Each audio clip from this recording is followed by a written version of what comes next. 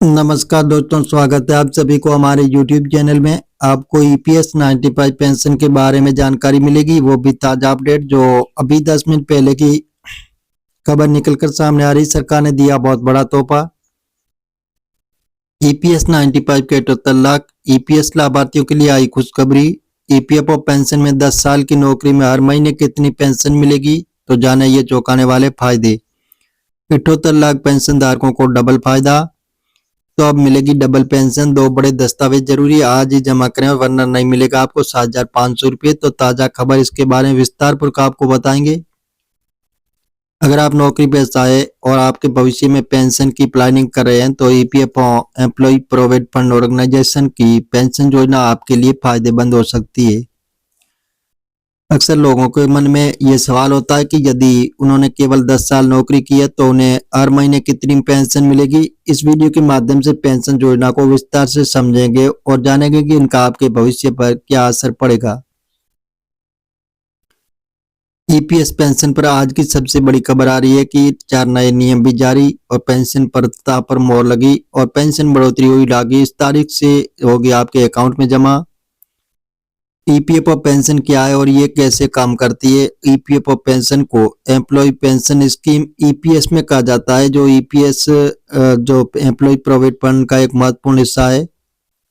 इस योजना के तहत आपके वेतन से हर महीने एक निश्चित राशि कटती है, जिसमें कुछ हिस्सा EPF में जाता है, कुछ हिस्सा EPS में जमा होता है। ये योजना उन कर्मचारियों के लिए फायदेमंद होती है जिन्हें रिटायरमेंट के बाद आर्थिक रूप से सुरक्षित रहना चाहते हैं। EPS में योगदान कैसे होता है और आपके बेसिक सैलरी और महंगाई भत्ता DA का 12% हिस्सा EPF में जमा होता है और इसमें से कंपनी भी 12% योगदान करती है, जिसमें 8.33% EPS एम्प्लॉय पेंशन स्कीम में जाता है। तो EPS में अधिकतम योगदान 1285 रुपये प्रति माह होता है। यदि आपका बेसिक वेतन 15,000 या अधिक है तो इसका लाभ कौन उठा सकता है। जो कर्मचारी कम से कम 10 साल की नौकरी पूरी कर चुकी है, जिसकी उम्र 58 साल हो चुकी है, तो पूरी पेंशन के हकदार होंगे। 50 की उम्र में कम पेंशन का भी विकल्प उपलब्ध है और 10 साल की नौकरी के बाद कितनी पेंशन मिलेगी। अगर आपने सिर्फ 10 साल नौकरी की है तो आपकी पेंशन कैलकुलेशन कुछ इस प्रकार होगा। पेंशन कैलकुलेशन का फॉर्मूला, जो पेंशन की गणना करने के लिए निम्नलिखित फॉर्मूला प्रयोग किया जाता है, जो पेंशन बराबर पेंशन योग्य सैलरी नौकरी के कुल वर्ष भाग 70। पेंशन योग्य सैलरी का मतलब आमतौर पर आपके अंतिम 5 साल के औसत बेसिक वेतन का और महंगाई भत्ते का औसत होता है। अगर मान लिया जाए कि आपकी पेंशन योग्य सैलरी 15,000 है तो आपने 10 साल तक नौकरी की है, तो आपकी पेंशन होगी 15,000 इंटू 10 भाग 70, 2142 रुपये प्रति माह। 10 साल की नौकरी पर संभावित पेंशन राशि नौकरी में कुल वर्ष पेंशन योग्य सैलरी अनुमानित मासिक पेंशन। 10 साल में 10,000 रुपये तो 1428, 10 साल 12,000 रुपये तो 1714, 10 साल में 15,000 रुपये तो 2142। हम आंकड़े अनुमानित है कि वास्तविक पेंशन राशि EPFO के नियमों और आपके योगदान के अनुसार बदल सकती है।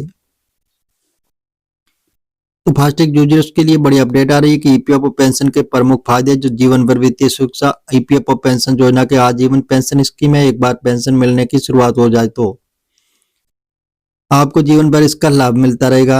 विधवा और परिवार पेंशन का लाभ, अगर आपके पेंशनधारी व्यक्ति की मृत्यु हो जाती है तो उसके पति पत्नी को 50% पेंशन मिलती रहती है। इसके अलावा बच्चों को भी 25% अतिरिक्त पेंशन का लाभ मिलता है।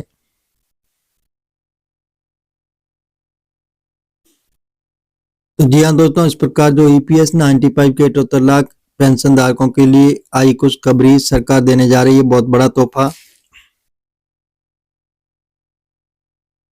अर्ली पेंशन का विकल्प 50 वर्ष की उम्र में अगर किसी व्यक्ति के 50 साल की उम्र में पेंशन लेनी होती है तो वो कम राशि पर पेंशन ले सकता है, हालांकि इसमें 4% की कटौती लागू होती है।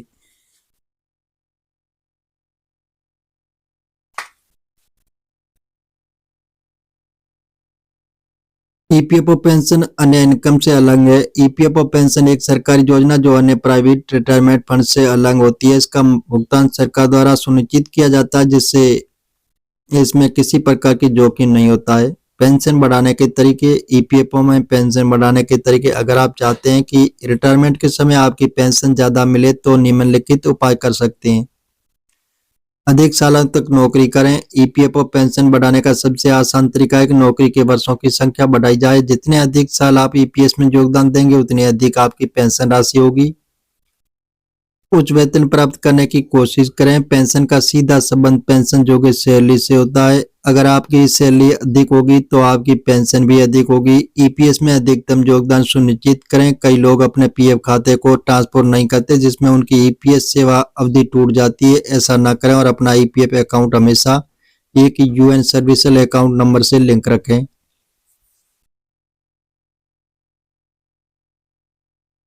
ईपीएफ और पेंशन से जुड़ी कुछ महत्वपूर्ण बातें। जो 10 साल से कम की नौकरी करने वालों को ईपीएस पेंशन नहीं मिलती है, लेकिन वे एक मुफ्त राशि निकाल सकते हैं। ईपीएफओ की वेबसाइट पर जाकर आप अपने पेंशन स्टेटस या योगदान की जानकारी प्राप्त कर सकते हैं। पेंशन प्राप्त करने के लिए फॉर्म 10D भरना होता है और इसे ईपीएफओ कार्यालय में जमा करना पड़ता है। अगर आपने 10 साल की नौकरी पूरी की है तो आपको जीवन भर पेंशन का लाभ मिलेगा। हालांकि इस पेंशन राशि से आपकी पूरी जरूरतें शायद पूरी न हो सके, तो इसलिए अतिरिक्त बचत योजनाओं में निवेश करना भी जरूरी है। ईपीएफ और पेंशन योजना उन कर्मचारियों के लिए एक अच्छा विकल्प है जो बिना किसी जोखिम के रिटायरमेंट के बाद वित्तीय सुरक्षा चाहते हैं।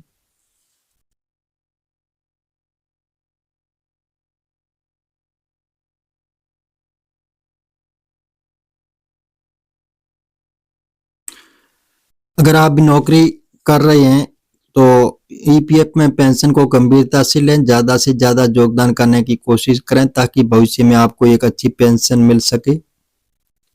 Employer pension scheme scheme 95 EPS में 95 न्यूनतम पेंशन 7,500 के साथ बैक इफेक्ट ईयर का करें भुगतान।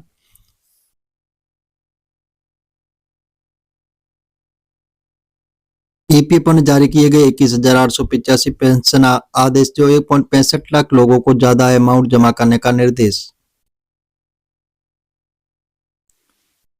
तो जी हाँ दोस्तों, इस प्रकार ईपीएस 95 के 78 लाख पेंशन लाभार्थियों के लिए बहुत बड़ी खुशखबरी आ रही है। सरकार देने जा रही है बहुत बड़ा तोहफा। आने वाले दिनों में पेंशन धारकों की माला माल। बदली ईपीएस 95 पेंशन धारकों की किस्मत, अच्छे दिन आने हुए शुरू। सरकार ईपीएस 95 पेंशन बढ़ोतरी को लेकर उठाया बहुत बड़ा कदम। जल्दी आपको इसका लाभ मिलेगा। बताया जा रहा है कि आने वाले दिनों में पेंशन धारकों को जो 1,000 रुपये मिल रहा है पेंशन, उसकी जगह अब सरकार 7,500 रुपये पेंशन देगी और बढ़ा हुआ पेंशन आपको और बढ़ा हुआ ब्याज भी आपको मिलेगा। और आप अपने अकाउंट से ईपीएस के पैसे निकालने का आसान तरीका भी आपको मिलेगा, जो आसान तरीके से आप पैसे निकासी कर सकेंगे। तो जी हाँ दोस्तों, हम आपको मीडिया आधारित बता रहे हैं। सरकार से अभी हाल फिलहाल ऐसी घोषणा नहीं हुई है। अब सरकारी ऑफिशियल वेबसाइट पर जाकर इसकी जानकारी ले सकते हैं और मिलेंगे नई जानकारी के साथ। नई और पहली बात तो चैनल को सब्सक्राइब कर लीजिए ताकि इसी प्रकार की जो नई जानकारी होगी वो सबसे पहले आपको मिलती रहेगी।